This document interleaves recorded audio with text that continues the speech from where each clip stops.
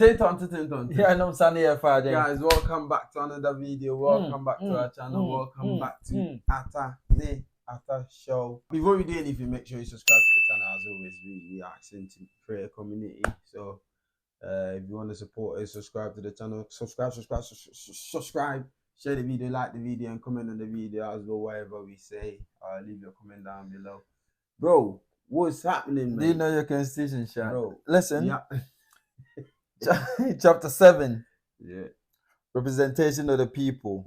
Because you're going to talk about election, I want to read part 1, right to vote. Article 42, right to vote. There's it, the heading. Every citizen of Ghana of 18 years of age or above and of sound mind has the right to vote and is entitled to be registered as a voter for the purpose of public elections and referenda. Listen, a lot of people don't have the right to be registered. They don't have sound mind. I think we've spoken about this. About 80% of our even the people we are going to vote for, they don't have bro, it goes. But bro, what is happening? It's crazy. Yeah, we haven't updated people in a long time. So we all know what happened to the RERun that the EC suggested that we should do. So the RERun at the Ablekuma North 2020 19 polling station. The back and forth, I believe we all know what's happened. The EC suggested that there should be a RERun in 19 polling stations at the Ablekuma North because they weren't able to collect all the election. Even if they were able to collect it, the returning officers were not able to identify and recognize the pin sheet that were brought by both parties. So all these long things, we don't want to go to that. We want to go into the main thing. So on the election day, we also what happened there. It was just two political parties, the NPP and the NDC. At the end of the day, Rabna Orbin beat Abner 3 year of the NPP by about 200 and something. This is going to be an NPP strong. Talk to me about that, Sha. Because listen, I've said it here, the NPP are in deep waters. Tell me why before this election or before this RERun, they were saying they wouldn't even partake. Here's the NPP chairman saying we won't partake in it. On that point, when the general secretary was doing that press conference, this woman was sitting beside him.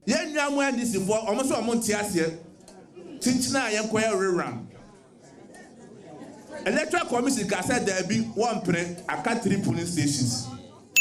After the day next year, 1st July, Electoral Commission, every parties they said the NDC work and then on back where you are. And now that your MPP for your party, no, your near parliamentary candidates, your region, your national, your nasa, their court, the Electoral Commission can and your final juma. And then the next morning, about less than 24 hours, she said, I'm running. Nobody is I am contesting. You see my people, you see the way. You see the way there. We are fully prepared. What prepared for? Tomorrow we are going for this contest. So we also what happened there. So now the NPP have got in the seat that they wanted, 1A, but we need to look at 1A4, 1A3. But they want to get 1A4 from the next election, which we'll speak about when it happens. But we need to talk about the mishaps and the incidents that happened there. Listen, were there security failures? And if there was, why? I think for 19 polling stations, I think the IGP needs The IGP was there. Yeah, I know, but then there's a serious question. Like, I saw some police taking a video. Yeah, bro. Like, this is the issue. Like, for 19 polling stations, we know there's proper tension happening. Even me, and this has happened before. There's a by-election or a RERun that issues. Mind you, on the day of the actual election, which was the 7th December 2024, this same polling station was a red zone. The Methodist church. That place was a red zone. I don't know why they weren't prepared. Listen, I'm not saying they should flood the area with armed police officers like that. But you have to that. have a lot of security personnel in the friendly faces, the people that are in the community, the policemen and women that live in the community. Take out in the constituency, put them in the same area. Like, And who is my this? other suggestion was, even since it was a red zone, you should have got armed policemen ready somewhere in one of them rooms. To be honest, me, I don't. Yeah. When it comes to citizens, hold on. There are these. they can not just they could have these like you're saying, them ones that they got these. They came there. Yeah. They're able to break because Personally, I don't agree with armed police being in unless. Yeah. But it got to a stage where they needed more reinforcement, but it didn't happen. The police response was slow. I think it's a failure and the IGP knows that. There should be an internal investigation. Now, Howard Kumsin, former MP and a former minister, what do you think? She was assaulted. Yeah. So, talk to me about this also. First things first, on this channel, we are not going to condone any political violence happening. These politicians, it can be annoying and all, but then listen, they are humans and the law, as we know, the law. Did you see Superman? The guy was flying in the air. Like, okay, hold on, Shad. We're laughing about this, but on a more serious note, you can't do this, especially to a woman. You can't. But as well, Beatrice Anna was saying something today. With that being said, the history of Howard Kumsin. I don't know what do you think about people like these what is it? Officials going. We'll come to that. I've got everything here. We'll come to that. But let's stay on Howard Kumsin. We've already condoned it, but I think when you look at it, we've already condemned it. But when you look at some of the things that's happened in the past, there was a lot of MPP officials there.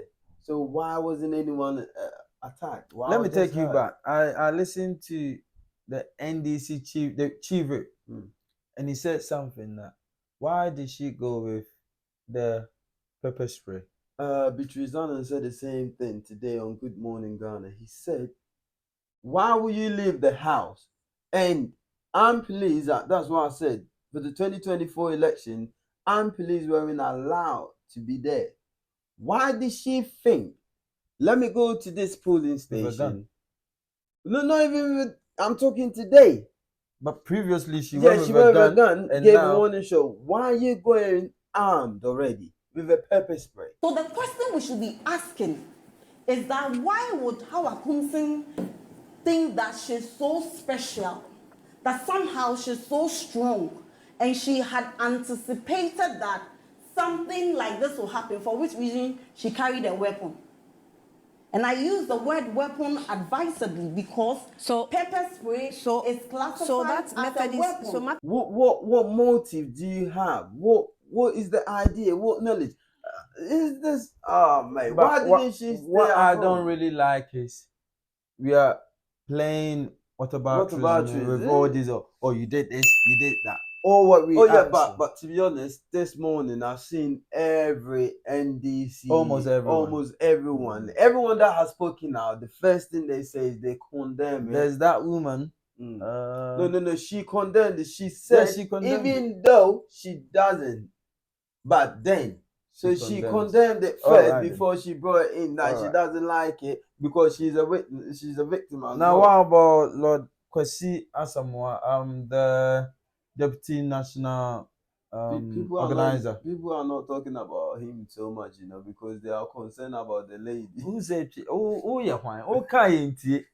But his was more serious. He was more serious. I saw them kicking him on the floor and all of that. But people are not concerned about him that much. But all these are political violence, and listen. We are lucky that this election went on. The results were. This happened earlier. Yeah, and with that point, Shad, you made a good point. Even after all this confusion, the election was paused for a brief moment, and then it resumed again. So, but then, do you think it affected the turnout. Well, I heard a lot of people said they were afraid for their well-being. They were scared. There was a lot of allegations throwing left, right, center, and we heard that the NDC had foot soldiers coming in with motorbikes and guns and things like that. You take me right into the next topic I wanted to talk about. These foot soldiers didn't come there by themselves. They came with party officials. I saw Basin Telly come with these, the green army, some MPP officials coming with the blue army, the motorbikes, the vigilante style, the macho style, and all these things. So, Shah, talk to me about. I think when in the morning I started following the election early morning, and everything was smooth. The whole place was quiet, serene, and everything. But when the officials are coming, the amount of people they come with, do you think they should be allowed in? Because we're going to Akwatia very soon. No, but this is what I'm saying. The EC need to stand on business and stop some of these things. Listen, if you're coming in, come along. I don't even know why you're coming. That's not your constituency. Why are you going there for? Support. Support who? The support. It's not there that you're coming to campaign. I don't know why people have to be there in that vicinity. That day is an election day. No one can. Allowed to. You're not allowed. Yeah. Be in your constituency and vote there. If you're not there, who are you going to support? Because you're not allowed to do any campaign or anything. But what I'll say is about this way of, I've seen it. The MPP and NDC have this macho style politics going on right now. Oh, we won't accept it if they aren't gonna do it. Yeah. I've got my foot soldiers. Politicians are even doing it. Yeah, that's what I'm saying. It's coming from the leadership. Top. The leadership. Look at the parliament. That's how they run. It's like, oh yeah, it's me, and they've arrested our guy. Let's go.